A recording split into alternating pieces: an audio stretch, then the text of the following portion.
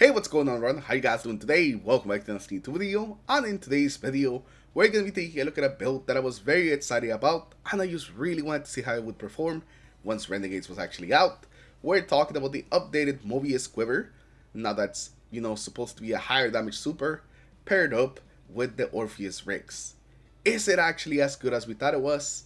And it's safe to say that 100% exceeded my expectations. I expected it to be good, but it ended up being even better than I expected. And just take a look at it yourself.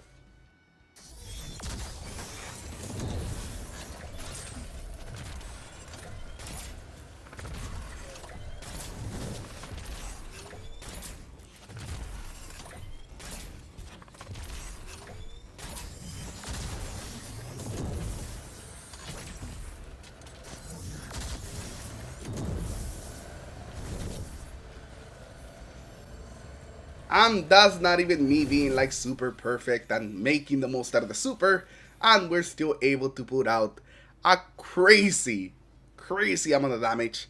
And even in just regular everyday gameplay, it seems to be fairly easy to pull off. And this is pretty much what I ran through the legendary campaign because I really wanted to see what it was like, and it just constantly kept melting enemies and just surprising me. So let's talk about some of those changes that happened and what is making Mobius Quiver actually do so much damage now, as well as the Leviathan spread.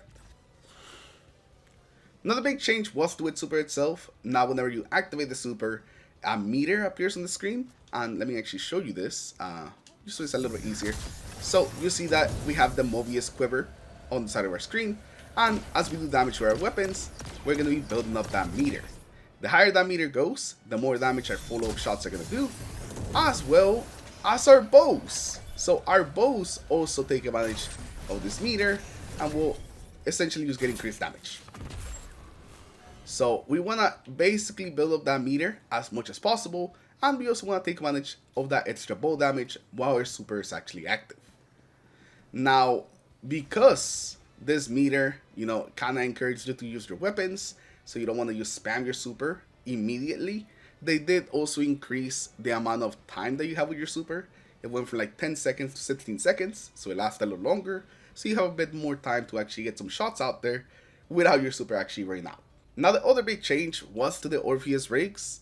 Now these things not only give you the additional shot to your quiver, so you can actually fire it off 3 times, but it will also increase the timer that you have with your actual super from 16 seconds to 20 seconds, essentially giving you 4 extra seconds of being able to just do more damage with your bow, or just build up your meter some more so you can actually do more damage with those abilities. And because the additional shot also takes advantage of like the meter damage increase, it means that you fire off these 2 really high damage arrows after building up your meter.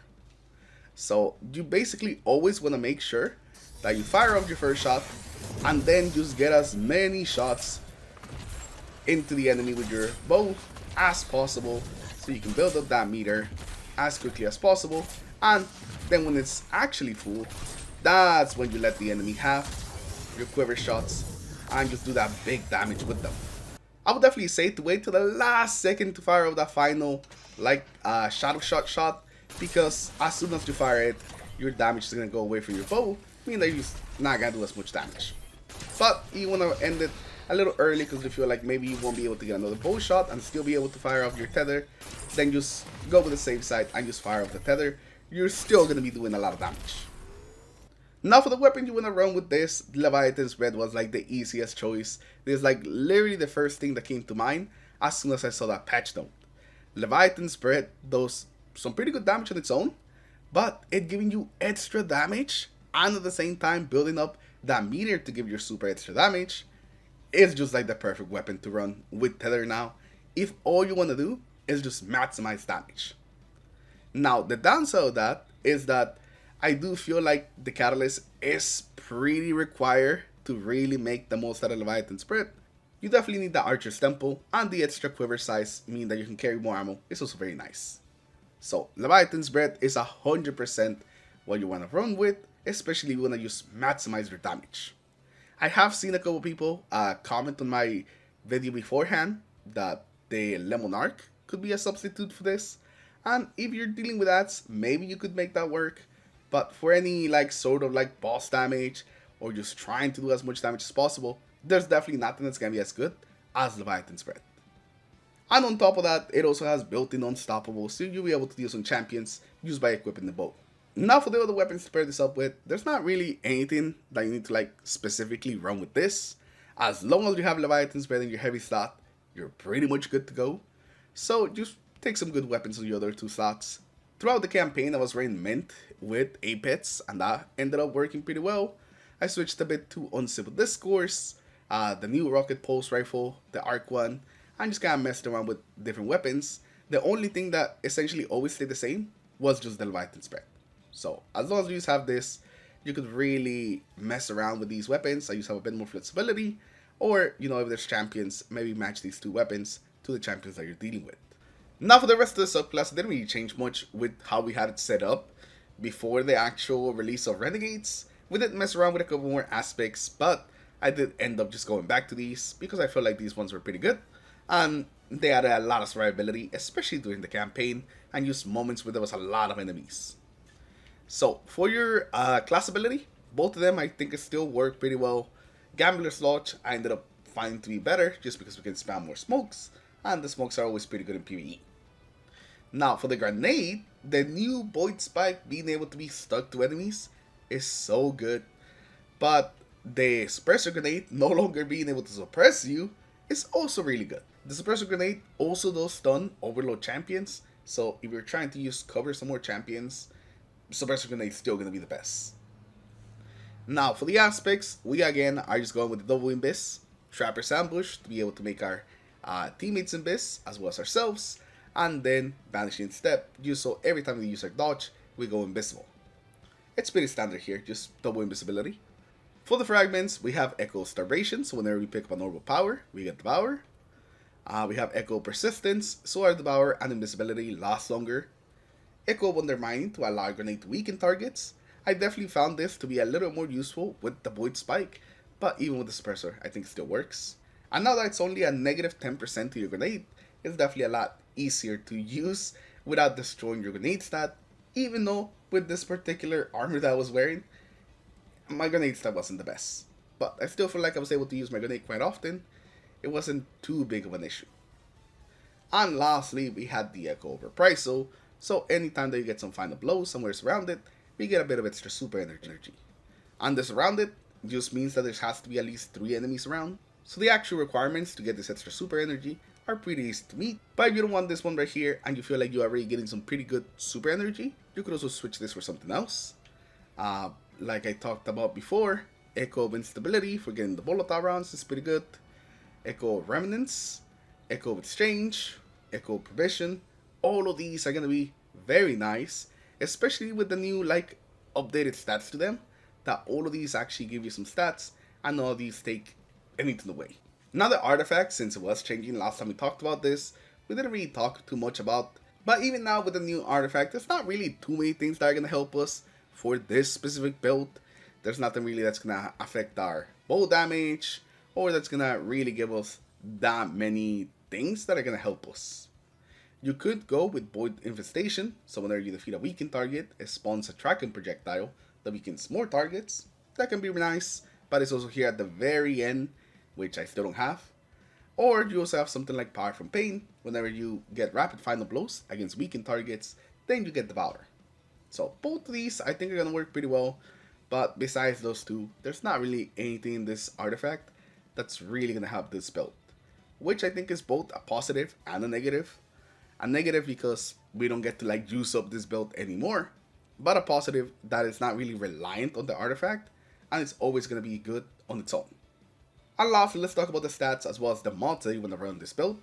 For the main stat that you're going for, of course, is going to be the super stat, so you can get your super back faster as well as just increase that super damage.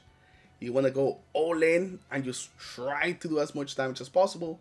You definitely want to push this at least over like 160. I play with 180 throughout most of the campaign. Sometimes I drop to like 170, sometimes I went up to 190, but I feel like this was a pretty good point. But you could get a bit of extra damage. You want to just maximize that damage completely. Now for the armor mods, we're going to be keeping this pretty simple. We have Heavy Ammo Finder, Special Ammo Finder. Both of these are going to be pretty useful. You always want to have heavy ammo for whenever you need it to take out some of those big guys. And the Special Ammo, I was using my special weapon a lot, so I had the Special Ammo Finder. And then you either want to go with a Scout mod, either heavy or special, or with a Harmonic Siphon or Kinetic Siphon, depending on what you're using. If you are using a Void weapon, then I would recommend Harmonic, just so you can make more orbs.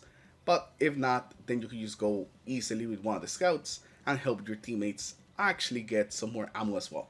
Especially if you're doing like a team activity, the Scouts are definitely gonna be a must-have. For the gauntlets, we had Firepower, Harmonic Loader, as well as Grenade Font. Grenade Font increases our grenade stat, so we can use that a lot more often. You definitely want to have Harmonic Loader with the Leviathan Spread. That thing reloads very slow, so having this definitely is going to make it so you can max out that meter faster and just get more damage out there.